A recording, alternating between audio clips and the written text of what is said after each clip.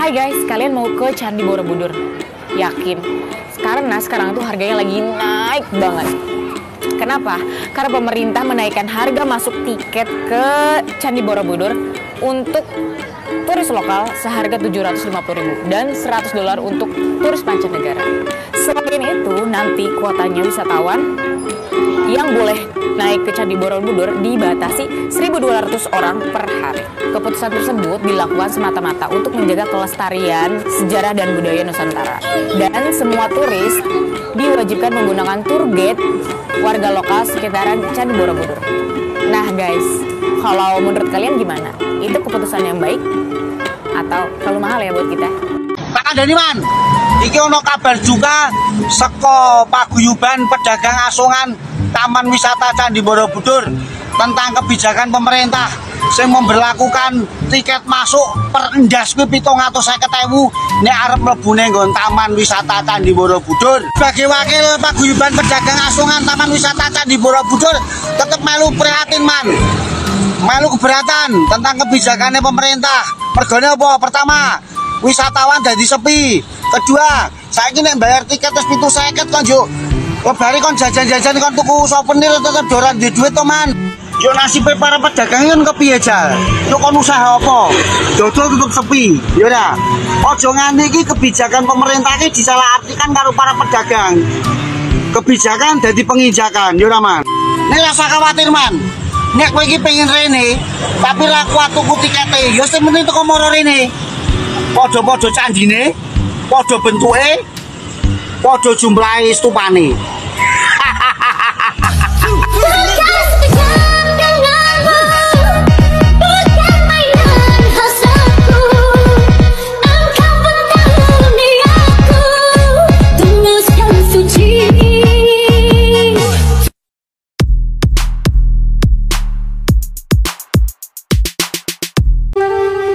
Candi ini dibangun dari hampir jutaan bongkahan batu vulkanik, ditambang dari sisa letusan gunung berapi yang tak jauh dari situ. Dibangun di atas bukit kecil, reruntuhan Candi Borobudur ditemukan pertama kali pada tahun 1814 saat Inggris menguasai Jawa. Pemugaran pertamanya dilakukan oleh pemerintah Hindia Belanda sekitar tahun 1907 hingga 1911 dan berlanjut pemugarannya tahun 1973 hingga 1983 karena tidak ada catatan yang tertinggal dari mereka yang menitahkan pembangunan candi ini yang mungkin bisa menjelaskan gagasan para pembangunnya. Candi ini telah menjadi pokok berbagai teori yang berusaha menjelaskan tujuannya dan bahkan keterkaitannya dalam hal aliran Buddhis. Tujuan pasti candi ini tidak jelas, karena ini bukan vihara dan bukan sekedar stupa, dan juga tidak jelas apa ini yang disebut sebagai sarana pengenalan ajaran Buddha. Namun, cukup aman untuk mengatakan bahwa candi ini pada umumnya termasuk dalam aliran Mahayana, namun menunjukkan ciri-ciri pengaruh aliran Tantra.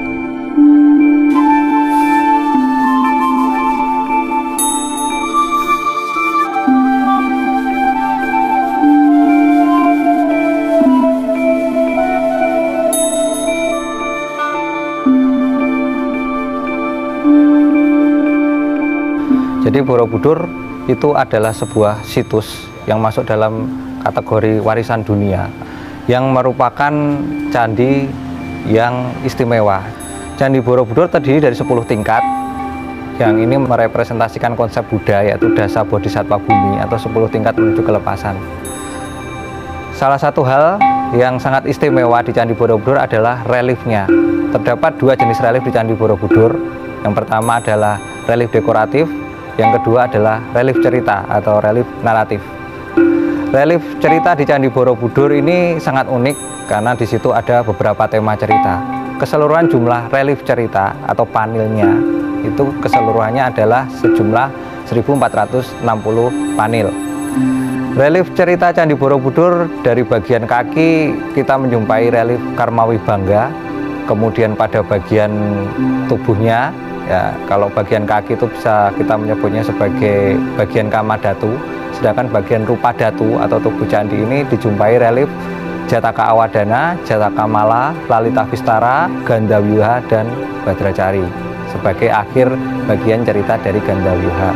Kemudian pada bagian arupa datu tidak dijumpai sama sekali relief.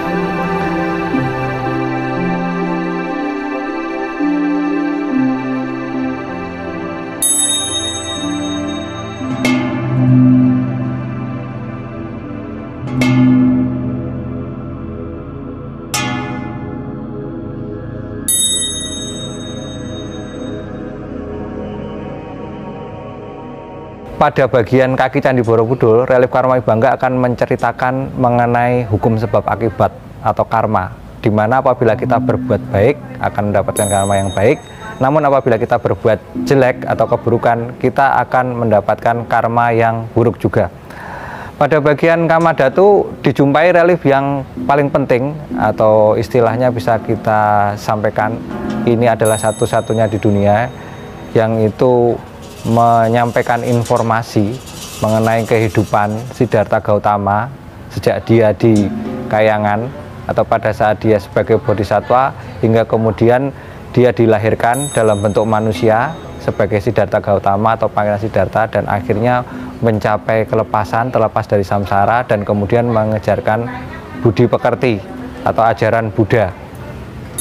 Relief Lalita Vistara dijumpai pada dinding utama Candi Borobudur pada lorong 1, sehingga apabila kita naik ke Candi Borobudur masuk melalui tangga timur, maka pada saat kita menghadap ke arah candi, relief tersebut adalah relief yang pertama yang kita lihat. Ada 2 deret relief pada dinding candi. Relief Lalita Vistara berada pada deret yang atas. Relief Lalita Vistara dipahatkan sejumlah 120 panel yang dibaca secara pradaksina. Pembacaan relief dimulai dari sisi timur, kemudian kita secara pradaksina atau mengkanankan candi atau berputar pada lorong candi searah jarum jam hingga berakhir pada tangga timur di sisi kanan. Relief Lalita Vistara ini merupakan relief yang diambil dari Sutra Lalita Vistara. Artinya sutra atau kitab sebagai dasar yang digunakan untuk memahatkan relief Lalita Vistara ini berasal dari India, merupakan cerita atau biografi Buddha, namun dipahatkan pada lingkungan Jawa kuno pada saat itu, pada masa kerajaan Mataram kuno yang dikuasai oleh dinasti Salendra. Relief ini dipahatkan berdasarkan kondisi lingkungan pada saat itu. Artinya apa? Artinya semua penggambaran, baik itu manusia, kondisi lingkungan sekitar, seperti pepohonan, seperti alat transportasi, juga seperti halnya faunanya, itu dipahatkan sesuai dengan kondisi lingkungan Jawa kuno pada saat itu, yakni sekitar abad 8 sampai 10 Masehi. Semua elemen lingkungan, semua aspek sosial budaya, bagaimana manusia pada saat itu berinteraksi antara bangsawan, rakyat, pendeta, atau seorang guru, itu bisa dilihat pada relief Lalita Vistara. Ini menarik, di sini ada banyak sekali faunanya. Satwanya. Sementara ya satwanya di sini tidak ada. Kalau dari sini kita lihat ada rusa, macan, bajing, kemudian ada juga seperti burung merak. Nah ini kira-kira kalau ini tempatnya seperti apa Pak, menunjukkan? Nah kalau settingnya, kalau kita rasa sudah jelas ya, ini sebuah bukan dataran dan bukan permukiman juga. Tokoh utamanya ada di tengah Pak, ya. Seperti yang saya sampaikan tadi, dia adalah Sang Buddha. Mesti ngikut aja simbol-simbol bahwa beliau orang suci. Nah, ini dari ini Pak, ini contoh ya. Ini kan rusa, tapi kok ada di dalam kota itu, kira-kira ada pesan apa apa dia seperti di dalam kandang atau ada?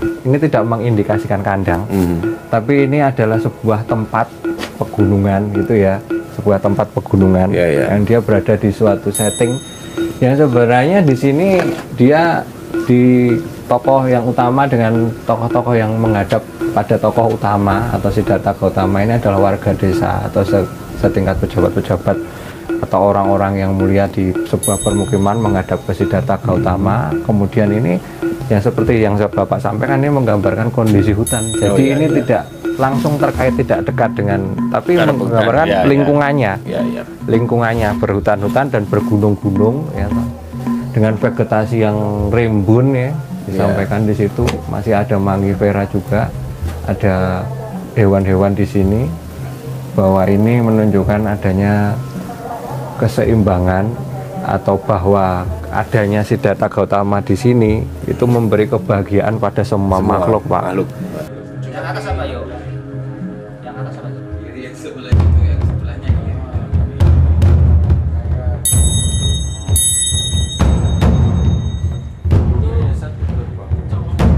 Sudah terbang,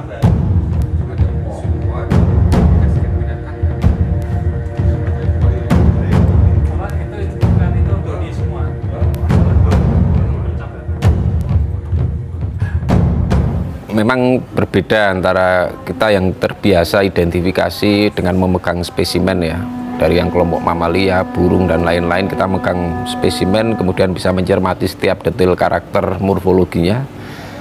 Kita sehingga dengan mudah bisa membedakan satu jenis dengan jenis yang lain. Tapi permasalahan yang ada di relief di Candi Borobudur, ketika kita hanya disuguhkan dengan satu karakter yang sangat terbatas sebenarnya. Kalau dalam konteks taksonomi sebenarnya sangat sedikit informasi yang bisa kita dapatkan ketika kita harus mengidentifikasi.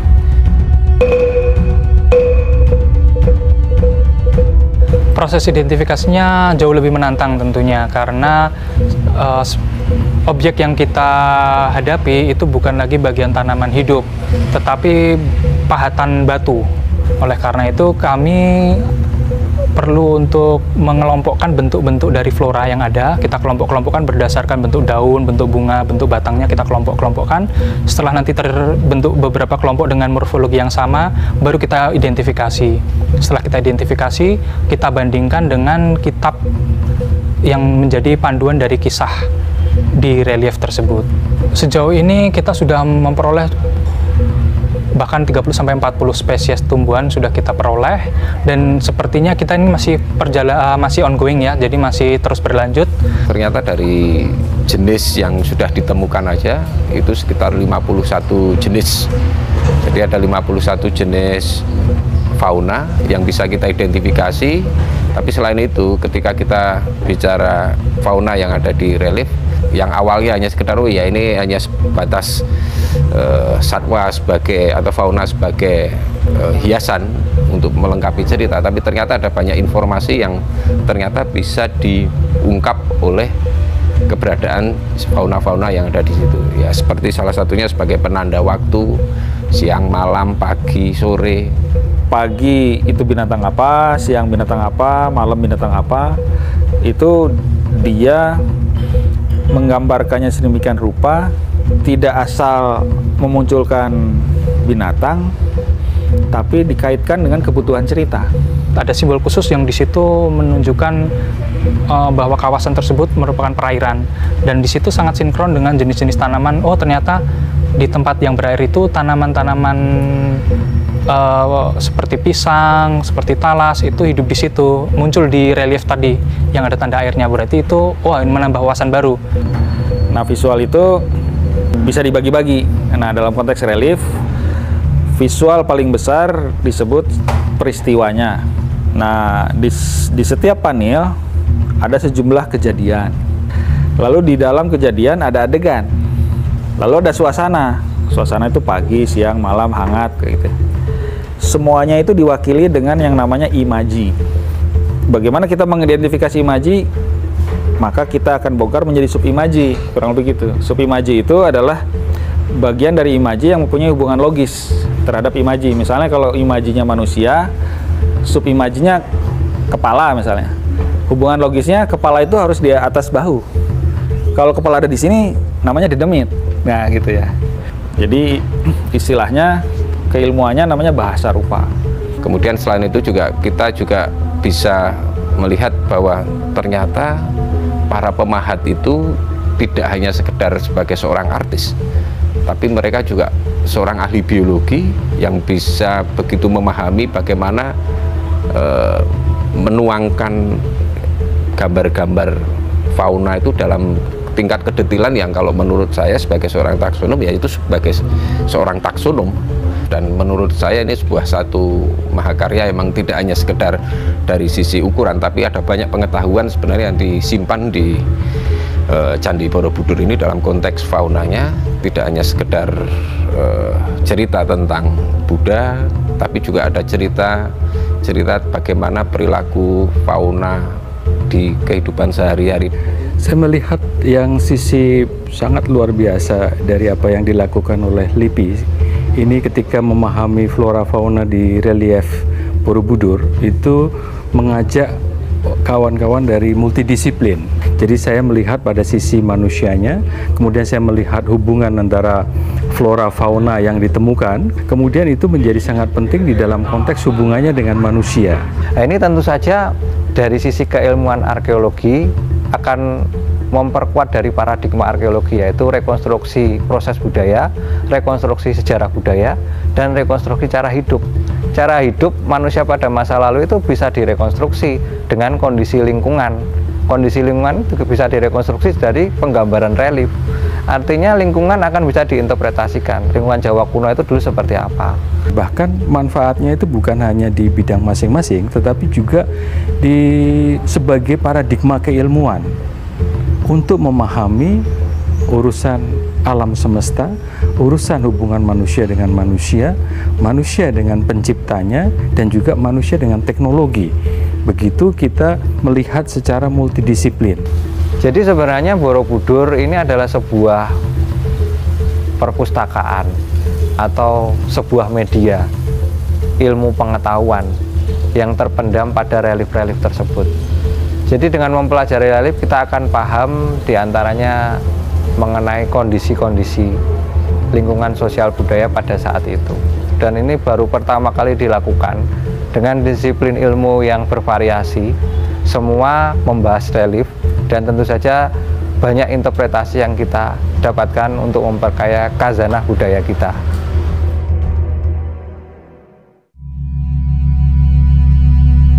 Biasanya wisatawan yang sangat tertarik memahami relief dan juga ornamen arsitektural candi adalah wisatawan dari manca.